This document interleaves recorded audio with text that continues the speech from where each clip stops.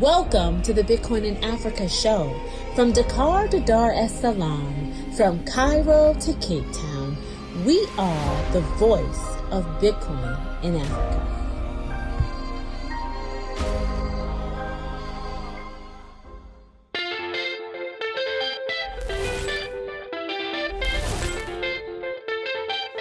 So here we are in the heart of Mining Village. In my opinion, this is one of the coolest parts of the conferences. Here you have all kinds of companies. You have Bitcoin infrastructure mining companies, Immersion cooling companies, power companies, everybody that is connected to folks that want to mine Bitcoin. When it comes to Bitcoin mining in Africa, that is just an incredible space that is exploding. One of the reasons why is that when you mine Bitcoin in Africa, you're able to create sustainable power for communities that need it the most. And in many cases, you can create an incredible revenue stream. You guys might be familiar with Virunga National Park. That's in the Congo. They actually partnered with Bitblock Green. This was back in 2020. They were able to put roughly 300 or 500 miners on site at that national park and create a sustainable income stream for that park. Now, what I didn't say is that in 2020, because of the pandemic, Virunga National Park was actually going bankrupt. But after their partnership with Bitblock Green Mining, they were able to create a sustainable revenue stream that has allowed that park to not only survive, but to thrive. And those employees were upskilled with incredible skills for the future. So that is the future of Bitcoin mining in Africa. So now I'm going to take you all around the Bitcoin mining village at Bitcoin 2023.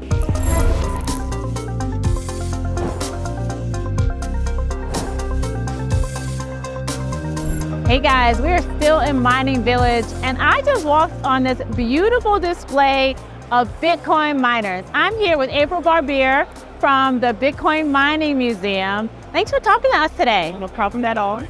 Tell us what the Bitcoin Mining Museum is. Well, it's the largest Bitcoin mining ASIC museum, preserving the history of Bitcoin mining. And how, so I know this is a portion of the full museum. It's 60%. 60%. So do we have our oldest miners on this side? Starting on this side is one of the oldest miners since January of 2013. It's the Atlon 1. Wow. Look how big this one is. It's actually like a desktop computer. That's crazy. Okay. And you have the default miners here in this area all the way down to the S19 are using that you can actually mine out of your home. Awesome. And here he is himself. Hey. Coinhead. Hi, Charlene. I actually follow you on Twitter. I follow you on Twitter too. I walked up and I said, this guy is famous. No, I'm not. This is so amazing, because honestly, sometimes you don't appreciate how far this technology has come. And so, exactly, until you see it. And I'm literally just looking at the literal size of these miners. This is incredible. So, like the newbies coming in today are they think Bitcoin is something you can't touch. Right. When they see this, it gives it, a real sense of this is legit. Yeah. And then OGs showed up, many of them from 10 years ago, and they're like, man, this is what I used in high school, or this is what I mined with in college, and then I'm bringing memories back. One of them almost started crying. It was whoa. But this is the first one that ever came out. That's Vitalik Buterin was writing an article on this before he ever made Ethereum. Wow. When he was with Bitcoin Magazine back in the day. Yeah. And only 250 of these were ever made. And then do people just donate their miners to you just because they want to be a part of history? How have you collected all these miners? Over the last 3 years, I got a shop in North Carolina and I do repairs and refurbishments. And then Bitcoin went down and then people left their machines at my shop. And then I realized I got 10, 12 different models sitting here. And I'm like, this is pretty cool. And then I started researching online, realizing that there's no museum, there's no history being held together. And then there's stuff that you cannot Google on the internet from those days. That's right. So I got a whole advisory team of 10 OGs with over 10 years of mining experience each that helped me to make sure that I'm putting the right data on the website and collecting this whole thing. So some of them had them in their shed. Yeah. There's an S2 that I drove 1,500 miles personally to go pick up because it's that rare. I didn't even know there was an S2. Wow. I knew there was an S6. Yeah, there's an S1. The S1's over there. What's the first bit miner ever? And if on that side, I got a little USB where you need 423,000 of them to equal today's S19 in just 10 years. And here's the kicker. Everything you see around here, every person in the Bitcoin space would not have a job without this, because this is the backbone of Bitcoin. This is the DNA. Exactly. I love that. You wouldn't have a job. I wouldn't have a job. Nobody would exist without all this right here. And that's why mining is so important. That's why we spend so much time on this topic of mining, because it is the backbone of Bitcoin. It is the heart of Bitcoin and one of the most important aspects of this space. I actually consider this like a digital living organism. I love that. Because when a country shuts it down like China did, what happened? They moved to another place. There you go. Bitcoin is kind of like you're shooting at it and you keep missing because Bitcoin keeps moving. So it's like you can't kill it. Awesome. Unless you shut the internet off around the world. Thank you, Coin Dad. I appreciate that. Really nice to meet you. Thank you, guys. Meet you too.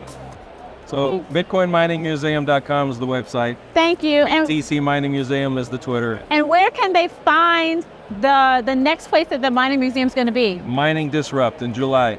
And that's in Miami. And that's in Miami. World's largest mining conference. And this is only half the museum. And Mining Disrupt, I'm bringing the whole shebang. All right. So check out Mining Disrupt, guys.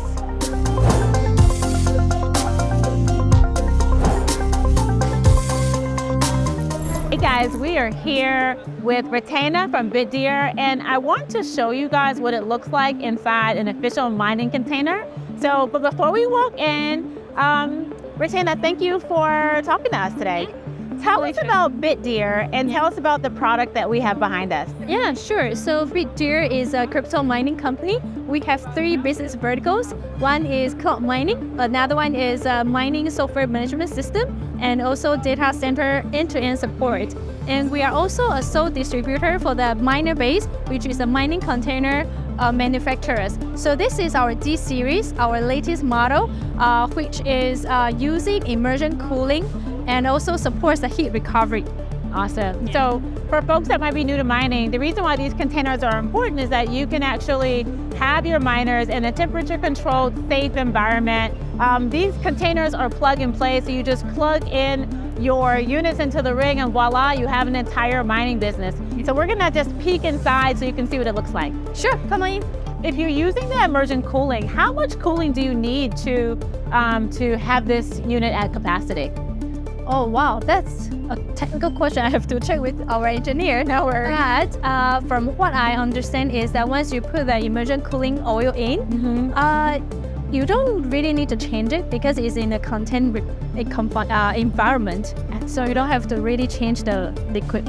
Got it. And last price, and now this is the question that everybody is waiting for. How much? How much does this medium-sized container cost? Okay, so for this 20 feet is around 80 to 90K. Okay. Depends on which region you are going to ship it to and what's the requirements you have. Got it. So 80 to 90K, but I get how many miners in here? 100. But the price includes the mining rigs. Good point. So the price includes the mining rigs. Yeah. Oh, okay. Yeah, just only for the mining container. Yeah. Yeah, actually. Okay, Yeah. thank you so much for talking to us. I appreciate it.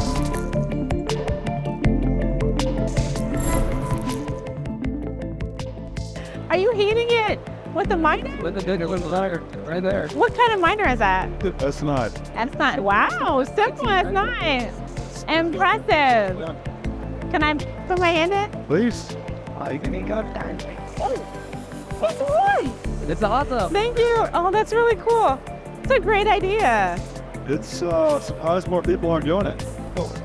This makes sense. The heat's going somewhere. You might as well catch it. So a couple things. I actually am a banker by trade, and so I help banks onboard into Bitcoin, but I have a show called the Bitcoin in Africa show. So I focus on kind of anything that's happening. So mining is kind of popping up in Africa. I have friends in South Africa. Excellent. And they want to do something like that as well because they have a lot of sun. Like they have so much solar I power. was just saying, like Africa is perfect for clean energy. So solar, heat, hydro, we just need to get folks just doing it. It's cool to see this. Everyone says it. We can use the energy, but when you see it, right? That's the difference. Yeah. That's why I talked to the conference to actually show it. Like, Wow. people always talk about it. And I was like, Yeah. to show people that this is possible. Because we Yeah. have so many people that come up here that feel like, I didn't know that this is possible. Right. But this feels like level 25, right? It's level 25? It's not? Yeah. It's basically super simple. So what you do, it's oil and not water. Yeah? So the miner actually heats up the oil, and then the oil goes into a heat exchanger Got it. on the right side, which also the water goes through. And the heat exchanger transfers the heat from the oil into the water without mixing the two, Got it. because you don't want water in there. Right. You also don't want the oil in there. Got it. So this way we can heat up the water through the mine. So you know the thing that is just, and I know this is oil, and I know this is safe, but my brain I know. Yeah. is, in overload with liquid and electricity. So it's tough.